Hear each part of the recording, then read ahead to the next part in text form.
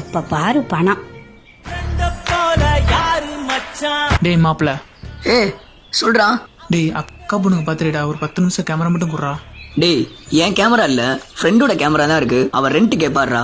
என்னால முடிஞ்சதா தரேன்டா. சரி நீ கீழே போன கொண்டு வந்து தரேன். டேய் அவன் ஃப்ரெண்டு தானே, வீட்டுல கேமரா வச்சுக்கிட்டு இல்லைன்னு ஏன்டா போய் சொல்ற? மா நம்ம கேமரா சொன்னா அவன் காசு தர மாட்டாமா, இன்னொருத்தவங்க சொன்னாலதான் தரான்.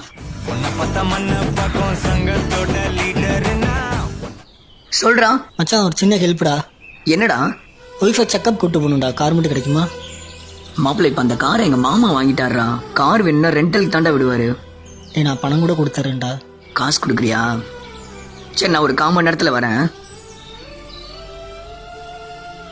டேய் நம்ம காரை எப்படா மாமாவுக்கு வித்த?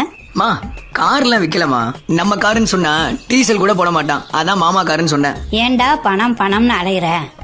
அடுத்த ஜென்மம்னு ஒண்ணு இருந்தா பணமா பிறகுன்னு ஆசைப்படு, அப்பதான் எல்லாரும் மதிப்பாங்க, இல்லனா எவனும் மதிக்க மாட்டாங்க. போமா போய் சாப்பாடு கொண்டு வாமா. மா என்னமா இது எப்படிமா சாப்பிடுவாங்க? நீ தானே பணம் பணம்ன்ற, இதையே சாப்பிடுப்பா. பணம் சம்பாதிக்க நினைக்கிற தப்பா? தப்பு இல்லப்பா.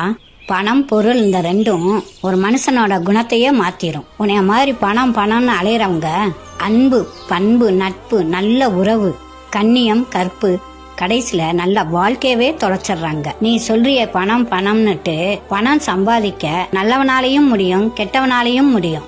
நல்ல மனுஷங்களை சம்பாதிக்க நல்ல மனசு இருந்தா மட்டும்தான்டா முடியும்.